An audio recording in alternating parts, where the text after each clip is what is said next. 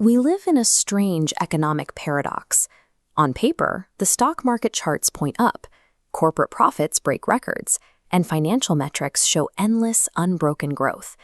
Yet for the average person, the lived reality feels like a system constantly on the verge of fracturing under its own weight. The symptoms appear in the widening gap between productivity and purchasing power. Skyrocketing living costs and crumbling physical foundations are masked by inflated financial charts that insist we are wealthier than ever. For centuries, the term Riba has tracked this dynamic.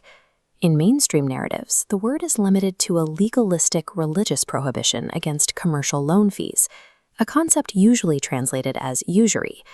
This traditional view treats the phrase as a rigid moral rule from the past, which obscures how the concept actually describes the universal laws of monetary circulation and extractive financial systems. Stripping away sectarian definitions to perform a phono-semantic audit reveals a precise mechanical and economic warning buried within the original Arabic root.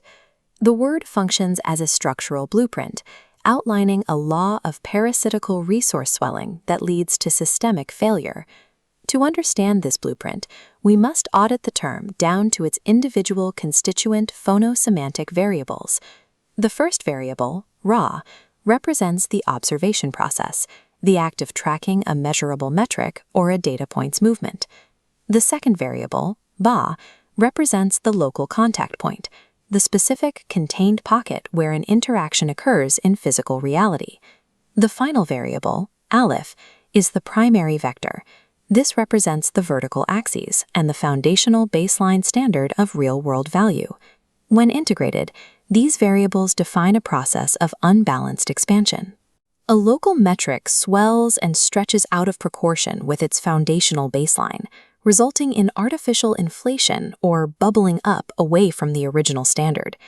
This linguistic blueprint matches the physical examples in the text: dry earth swelling with water, or useless hollow foam floating on a fast-moving current. The root describes an artificial, unearned increase in mass within a localized environment, a growth that looks large on the outside but is internally hollow.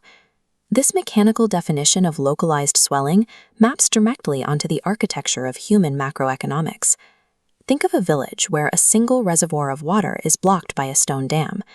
The landlord who controls the dam refuses to let the water flow unless the villagers sign debt papers promising to return more than they receive. The landlord's private tanks swell and overflow. On paper, his wealth is increasing rapidly through the mechanism of time and debt extraction. But down in the valley, the ground turns to dust. Because the water is hoarded and not naturally circulating through the soil, the crops wither and the families starve. This is the law of parasitical resource swelling. It is a loop where wealth increases in a vacuum without creating tangible assets, any physical products, or real societal utility. An economy built on money breeding more money out of nothing functions like a malignant tumor. It absorbs the body's nutrients to swell locally while the surrounding tissue starves, eventually forcing the entire system into failure.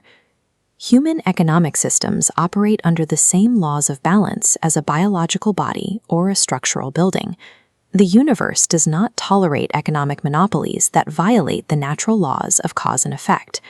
The text reveals a specific outcome for this imbalance in Surah al-Baqarah. The primary source systematically erases artificial asset inflation. When an economy is flooded with hollow money that has no real work behind it, the value of that money eventually plummets. Prices skyrocket, debts become unpayable, and the entire financial system suddenly crashes to pieces.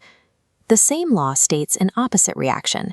The system causes generative distribution to expand. True wealth only expands when resources circulate honestly. When wealth is invested in real projects and allowed to flow without debt traps, the economy achieves structural stability. National safety and peace of mind cannot be achieved by inventing clever debt laws to bleed a community dry.